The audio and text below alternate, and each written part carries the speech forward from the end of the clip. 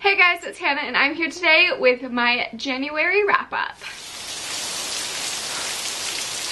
So if you guys haven't seen already, I'm changing up my format a little bit for my channel because I want to be able to give you guys a little more in-depth reviews of books versus doing if I've read a ton of books in a month and you guys not getting that much info on it. So I'm doing my wrap-up every 5 books or so.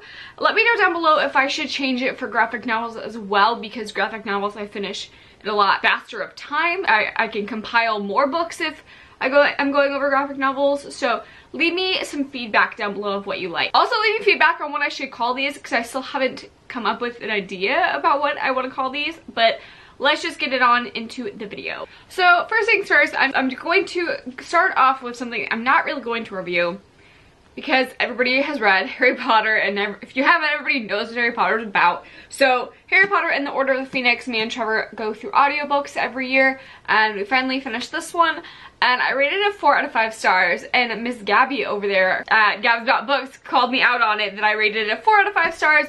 Not to say this isn't a good book, it takes me so long to get through, and it's definitely my least favorite book out of this series. It's just like the mood shifted, it's a lot more down, plus we have to deal with Umbridge, and I absolutely cannot stand Umbridge. She makes me so mad, so it makes it hard to get back to the audiobook. So I gave this one a 4 out of 5 stars because of that, and it takes me so long, and it's my least favorite. But I'm so excited to get to the next one because the next one is my absolute favorite, which is Half-Blood Prince. So 4 out of 5 stars for Harry Potter. Harry Potter is still fantastic, don't get me wrong, but 4 out of 5 stars for Harry Potter and the Order of the Phoenix.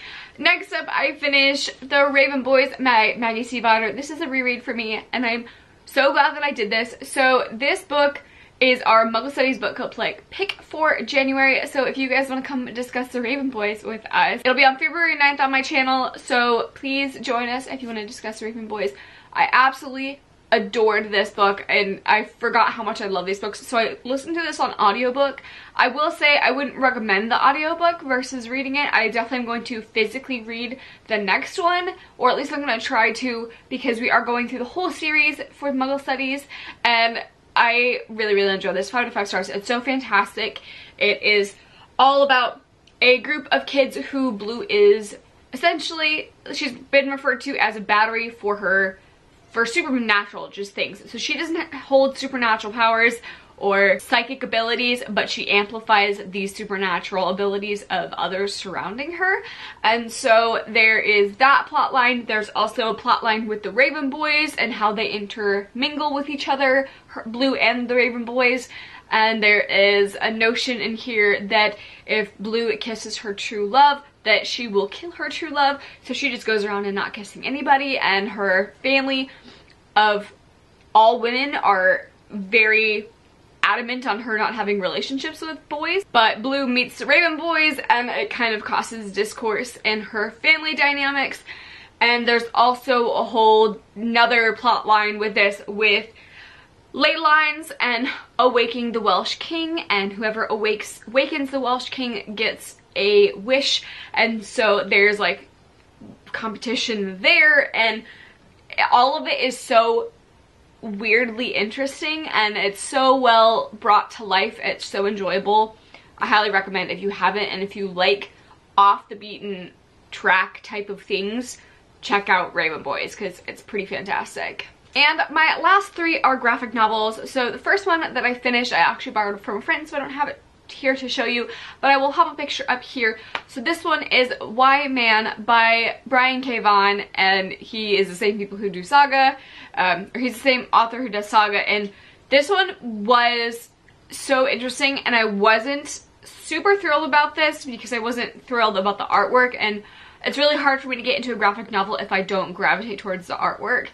But I was trusting that my friend knew what he was recommending to me, so I picked it up, and it was so good. So good. I was not expecting to like it as much as I did. So this book is all about a world where there was men in it, and something happens in the world where all the men die except for one. So he is the last Y chromosome that's holding.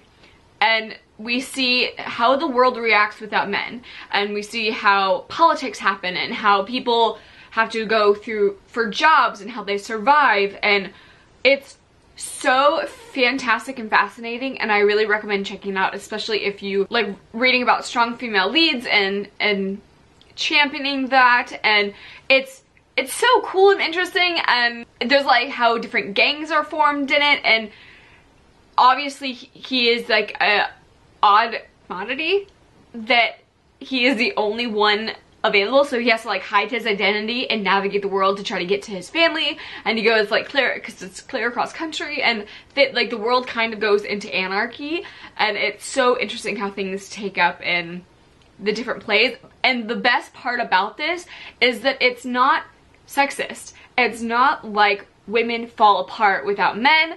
It talks about how there's different power struggles even through women.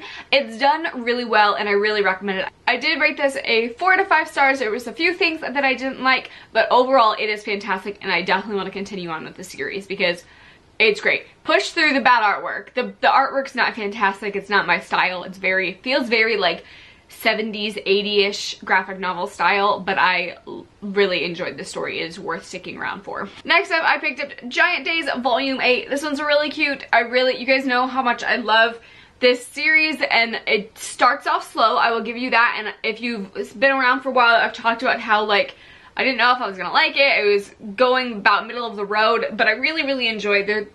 They're just good comfort pieces for me, and I really enjoy the girls. So this is a contemporary graphic novel about girls survive. It's just these 3 very different girls, very different personalities, and it's how they are surviving college in London and just their interactions and how to navigate life, and it's really good. And there is a queer couple in here, and I really love those stories, so I really like that. Just made me like love it even more. So it's really good. I really enjoy it. It's just like fun, relaxing time. Like it's one that I can snuggle up with a good book, like this graphic novel I can snuggle up in a blanket and some coffee and just like feel at peace with, and I really recommend it. It's a very calming graphic novel. And last, is it least? Oh, it kind of is least out of all of these. It's least, but it's still good. My last graphic novel that I finished was the Zodiac Star Force. This is by Kevin Pantietta and Paulina Ganuccia. Let me know down below if I messed that up. I apologize. But this is a fantastically beautiful graphic novel. It's very light and like just beautifully colored, and I love the artistry in here. It really is stunning. It's probably the most stunning graphic novel that I've seen of recent, and I'm in love with the artwork. There is a few hitches with the artwork, I will say, that I didn't particularly love. Like at one point she didn't have glasses on with her outfit, and then she magically had glasses, and they didn't show like in the transition of where the hell did she get that from. And they even call it out in the graphic novel like, hey, nice glasses, and it made me look at it being like, what? So I don't know why they did that. And there was just a few different hitches of that with the artwork. There's also something that's not explained of how a character in here got powers, so I didn't particularly love that part. So I ended up rating this like a 3.5 stars. So this book is all about a group of girls who have been disbanded. So they were pretty much like a superhero team, but they all represent zodiac signs. So there's a few of them here, and they had gone through like terrible things and like saved the world, and now it's jumping to where this starts of them like needing to get back together because these monsters are coming after them. It's very juvenile, I'd say, in some aspects of it and not others. It's very confusing because they show them getting drunk at a party, but then they won't say the word ass in here. Like they all say like butt instead of like where it would be natural for a 16, 17-year-old to say ass. And it just is like, that kind of like pulled me out of the story, being like, is this trying to be for all ages, but have them drinking anyways? It didn't really make sense.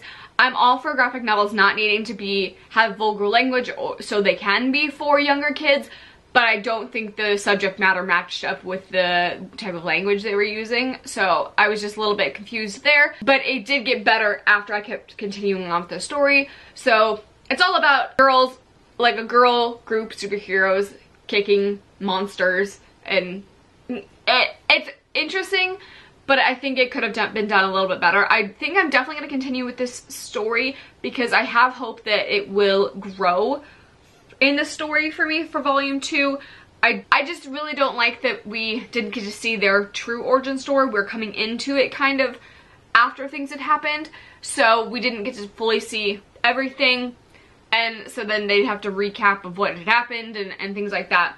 For this being the very first graphic novel in this series, I didn't love it, but I think it might be like my Giant Days type of graphic novel, where the more I read, the more I get attached to the characters, and the more I know about them, the more I love. But so it wasn't my favorite, but it kind of like, I think I hyped it up a little too much because I was really looking forward to this. But I think it's got serious potential, and I'm definitely gonna pick up the second one. So hopefully it gets a little bit better. So that is all for my first 5 reads of the year. Let me know down below if you guys like this format, or if you want me to go back to like the full monthly wrap up. Leave me a comment down below. Also, again, leave me a comment down below. Let me know what I should name these. And that is going to be it for this video. Thank you guys so much for watching, and I will see you in the next one. Bye!